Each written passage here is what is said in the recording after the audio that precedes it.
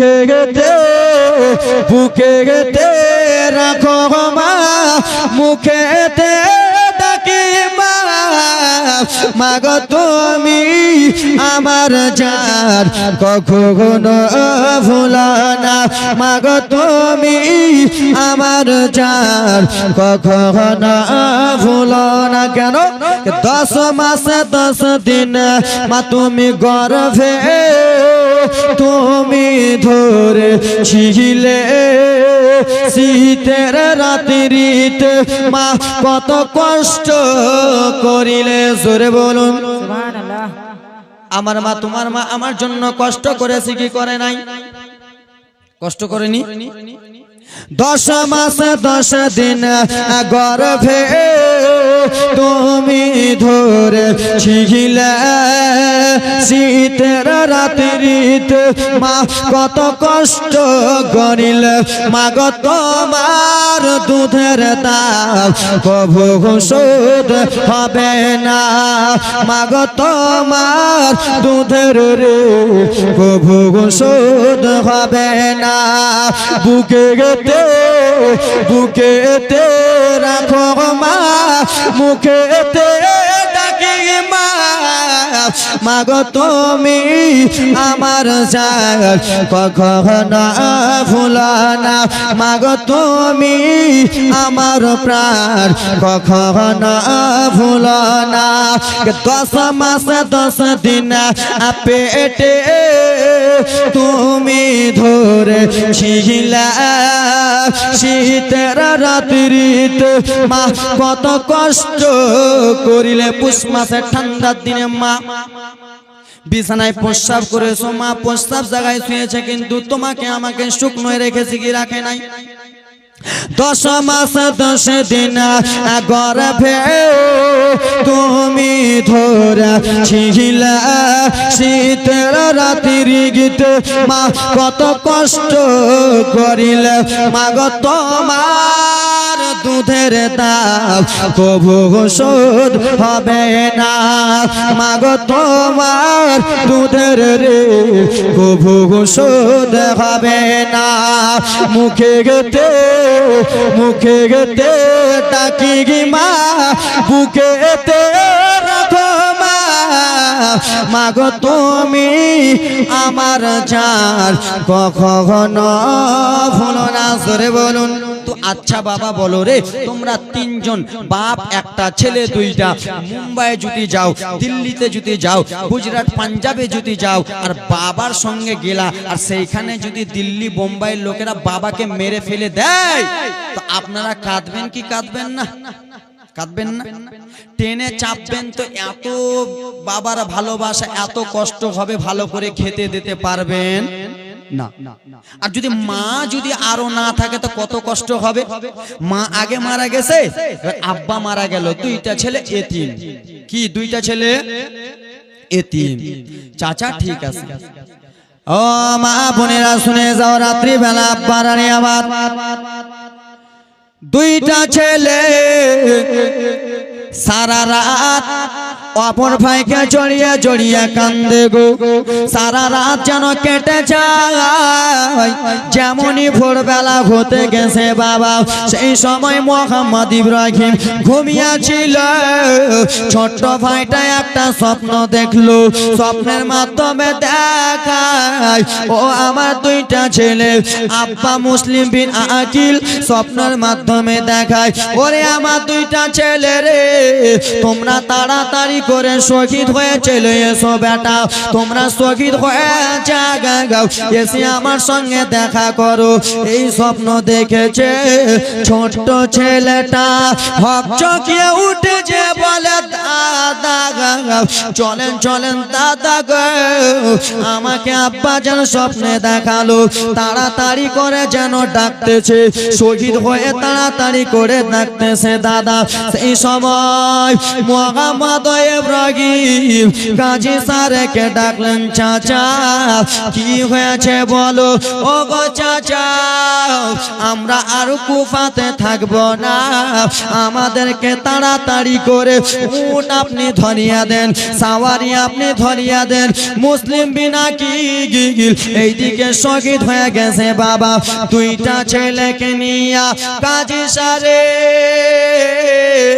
ভালো মানুষ।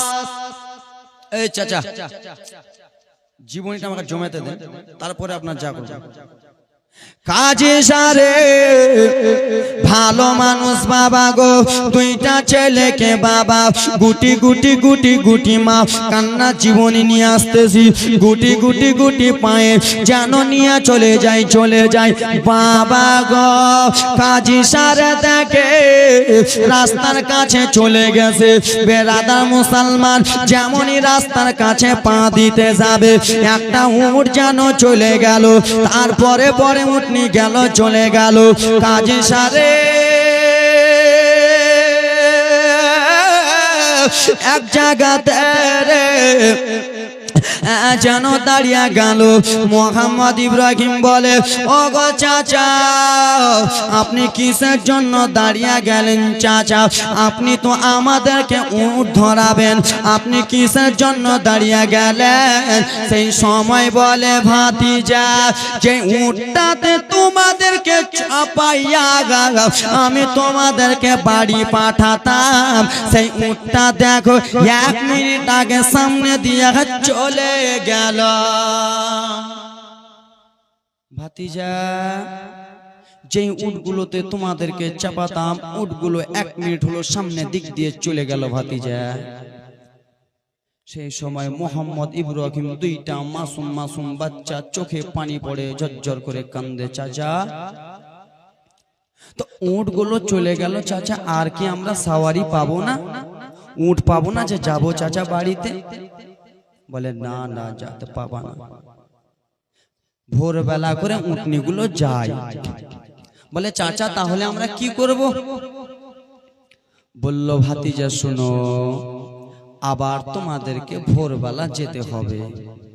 সেই সময় ছোট ছোট মাসুম বাচ্চারা কেন্দে কেন্দে বলল চাচা আমরা যদি আর একটা দিন এই কুফা শহরে থেকে যাই চাচা তাহলে আমাদেরকে মেরে দেবে।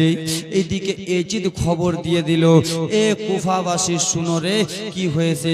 বলে মুসলিমকে আমরা মেরে ফেলেছি, মুসলিমের 2টা ছেলেকে যে আমার কাছে এনে দিতে পারবা তাকে লাখ লাখ কোটি কোটি টাকা দেব, তাকে একটা চাকরি দিয়ে দেব। আচ্ছা বাবা, কোনো একটা ছেলেকে যদি আপনাকে ধরতে বলে আর তাকে যদি ধরে দিয়ে দেন আপনার বংশধর সুখী হয়ে যাবে, তো এরকম মানুষ করবে কি করবে না? করবে না?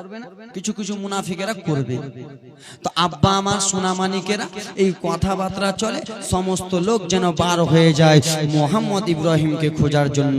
বলে কিসের জন্য? ছোট ছোট বাচ্চাগুলোকে মারতে হবে না। বলল না না শোনা যাবে না, ছোট ছোট বাচ্চাগুলোকে না মারলে হবে না। কেন? একটা বেরাদার মুসলমান কলার গাছ যদি কাটতে হয় জ্বর অবধি উঠাতে হবে, না হলে মাঝামাঝি থেকে কাটবেন, গোড়া থেকে কাটবেন, আবার কলা গাছ ফুনকে যাবে। ফুনকাবে না? আরে হ্যাঁ বলেন না, ফুনকাবে না? কলা গাছ দেখবেন মাঝামাঝি থেকে কাটবেন 1 মাস পরে ফুনকে গেছে, আপনি গোড়া থেকে কাটবেন 1 মাস পরে ফুনকে গেছে। কলার গাছ যদি কাটতে হয় একবারে জ্বর সুদ্ধা উঠাতে হবে, না হলে কলার গাছ উঠে যাবে। ওরকম মুসলিম বিন আকিলকে আমরা মেরে ফেলেছি, আর মুসলিমের 2টা ছেলেকে যদি না মেরে ফেলি তাহলে মুসলিমের 2টা বাচ্চা বড় হয়ে যাবে রে, আর বড় যদি হয়ে যায় আমাদের প্রতিশোধ উঠিয়ে নেবে। কথাবার্তা বলতে বলতে বাবা ইয়াজিদ পুলিশ প্রশাসন পাঠিয়ে দিল, ওবাইদুল্লাহ ইবনে জিয়াদকে বলে দিল, বেরাদার মুসলমান আমার এই ইবনে সাদকে বলে দিল চলে যাও চলে যাও। এইদিকে হারিসকে বলল যাও রে, 2টা ছেলেকে যে এনে দিতে পারবা তাকে টাকা দেব। এবার জীবনী শুনে নাও। 2টা ছেলে বলল চাচা তাহলে আমরা আর যেতে পাবো না। কিন্তু না না চাচা গো, আমরা 1 মিনিট আমরা কুফা শহরে থাকবো না। আমরাকে যদি বলেন 30টা সেকেন্ড দাঁড়াও, আমরা 30টা সেকেন্ড দাঁড়াবো না। মোহাম্মদ ছোট্ট ভাইকে ধরে নিল, ও বাইরে চলো চলো, এখনো রাত্রি হয়ে আছে, এখনো রাত হয়ে আছে, পুরাপুরি জোনা হয় নাই, এখনো রাত হয়ে আছে। দৌড়াতে দৌড়াতে চলে যাব। কাজী স্যারকে বলে, ও গো চাচা, আমাদের জন্য শুধু একটু দোয়া করেন চাচা গো, আমরা যেন মদিনাতে পৌঁছে যাই, আমরা যেন মদিনায় চলে যাই। দুইটা ছেলে বাবা চোখের পানি ফেলে দৌড়াতে দৌড়াতে চলে যাই বাবা। আচ্ছা বাবা বলো রে, সেই সময় পিচ রাস্তা ছিল না, সেই সময় হাইওয়ে ছিল না, সেই সময় 4 লাইন ন্যাশনাল ছিল না বাবা, সেই সময়কার রাস্তা ছিল গিঠি পাথরে। হাইওয়ে ন্যাশনাল ছিল না, পিচ রাস্তা ছিল না, বড় বড় পাথর, গিঠি গুটি গিঠুই রাস্তা। বেরাদার মুসলমান, সেই রাস্তা দিয়ে বাবা দুইটা বাচ্চা দৌড়িয়া চলে যায় জানের হাইপাতে। কেন বাবাকে মেরেছে, তারা কো মেরে দিবে বলে দুইটা ছেলে দৌড়াতে দৌড়াতে চলে যায় বাবা। ছোট ছোট পাথর লেগে, ছুচলা ছুচলা গিট্টি লেগে ছোট্ট ভাইটা পায়ে যেন ফুটে গেছে। আগাগো নবী বংশের লোক, ইমাম হাসানের বংশের লোক, পাগুলো তুলোর মতো হয়ে আছে। এত ফর্সা পা, এত নরম পা, পাগুলো তুলোর মতো হয়ে আছে বাবা। পায়ে কোনো চাপ্পাল নাই, পায়ে কোনো জুতা নাই, পায়ে কোনো বুট নাই বাবা। দৌড়াতে দৌড়াতে মাসুম বাচ্চা দুটো চলে যায়। ছোট ছোট পাথর লেগে মুহাম্মদের বাবা পায়ে ফুটে গেছে। যেমনই পাথর পায়ে ফুটেছে, পা থেকে যেন রক্ত পড়তেছে। বড় দাদা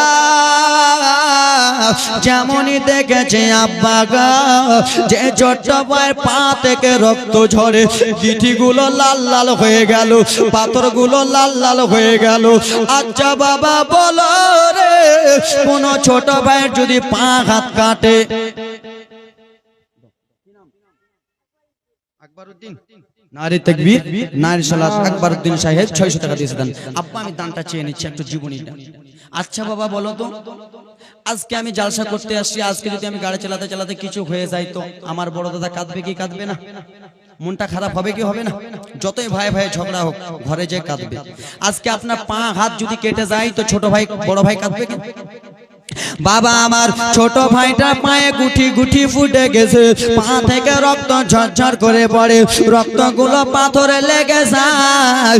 যেমনই বড় দাদা তাকিয়ে দেখেছে ভাইয়ের পা থেকে রক্ত পড়ে, সেই সবাই দুইটা ইতিম ছেলে, বড় ছেলেটা ছোট ভাইকে থামালো, ভাই রে ও ছোট ভাই, আয় আয় আয় আয় রে, আয় আমার কোলে আয়, আয় আয় আমার ঘাড়ে আয় রে ভাই, আমি তোকে কোলে করে নিয়ে চলে যাব, আমি তোকে ঘাড়ে করে নিয়ে চলে যাব।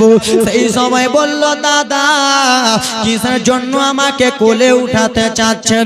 বলল ভাই এই জন্য কোলে উঠাতে চাইছি কি, তোমার পা থেকে রক্ত পড়ে রে, তোমার পা থেকে টপ টপ করে রক্ত ঝরে যায়। সেই সময় ছোট ভাইটা কেন্দে কেন্দে বলে দাদা আমার পা থেকে রক্ত পড়ে দাদা, আপনারও তো পা থেকে রক্ত পড়তেছে, আপনারও পা যেন ফুটো হয়ে গেছে। কিন্তু বড় ভাই ছোট ভাইয়ের চোখের পানি যেন দেখতে পারে না। বড় ভাই বলে আই রে, বলে না না দাদা চলো চলো চলো, দৌড়াতে দৌড়াতে চলে যাব।